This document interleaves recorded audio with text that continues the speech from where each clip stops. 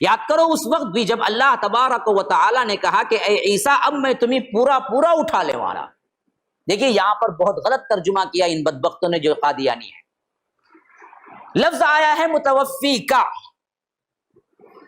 اب اس میں ایک معنی یہ بھی بنتا ہے کہ ہم تمہیں وفات دینے والے ہیں. اور وفات کا اردو ترجمہ کیا ہوگا جی؟ موت. انہوں نے کیا کر دیا کہ اللہ نے حضرت عیسیٰ کو اس وقت مار دیا، مر گئے. عیسیٰ وغیرہ آنے والے نہیں ہیں، تمہاری خام خیالی ہے. حالانکہ اصل معنی وفا یوفی کا مطلب موت نہیں ہے. ہم مجازن بول لیتے ہیں وفات کا مطلب موت، ورنہ تو کیا ہے؟ وفا یوفی کا مطلب ہے پورا پورا دے دینا.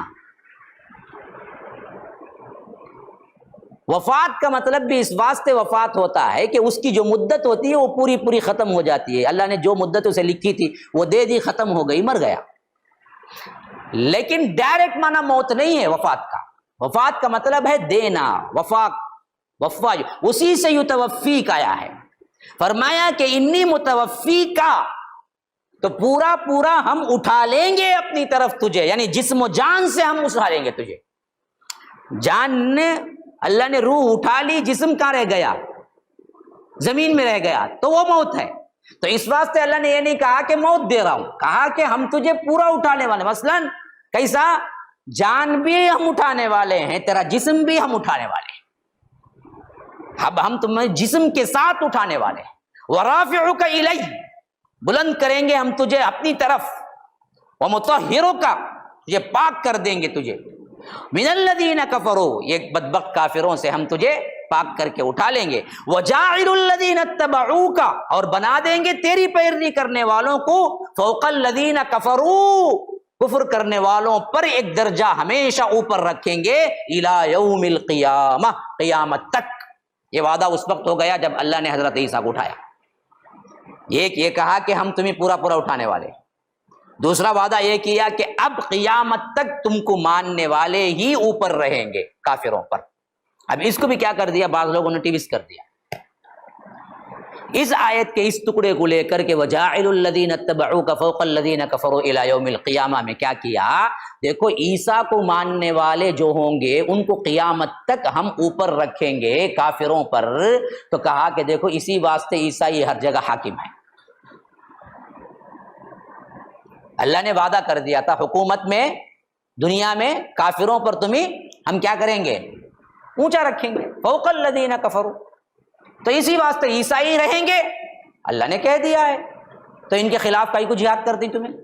اور خاص کر اس وقت جب کیا ہے گورنمنٹ عیسائی یہاں تھی، ایسٹ انڈیا کمپنی یہاں تھی، انگریز یہاں تھا.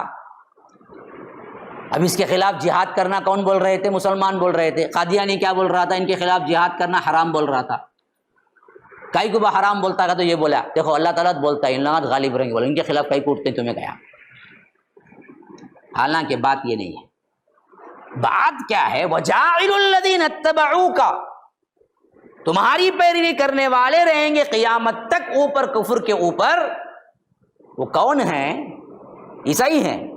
نہیں. کون ہے؟ ہم ہیں. کیونکہ صحیح ماننے والے عیسیٰ کو کون جی؟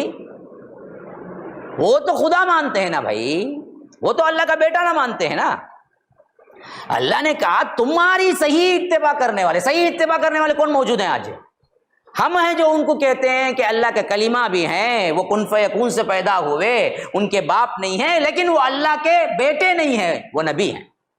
تو ماننے والے صحیح تو کون ہوئے؟ ہم ہوئے جی. اب پھر سوال اٹھتا ہے کہ جب ماننے والے ہم ہیں تو پھر کیا ہے؟ کافروں پہ غلبہ تو ہمارا ہے ہی نہیں کہیں بھی. ہاں اب نہیں ہے، لیکن ایک زمانہ تھا نا، 1500 سال کی تاریخ میں تقریباً 125 سال تو ہم ہی تھے. یہ تو اب ہوا ہے نا جی 1-2 سال کا. پھر قیامت کے قریب کون ہوں گے؟ ہم ہی ہوں گے. حضرت عیسیٰ بھی ساتھ آ جائیں گے اس وقت. تو اس کی طرف اشارہ ہے. پھر تم اترو گے اور تمہارے ساتھ جو رہیں گے نا وہی غلبہ پائیں گے کافروں پر. تو یہاں پر مطلب یہ نہیں ہے کہ عیسائیوں کو بیان فرمایا ہے،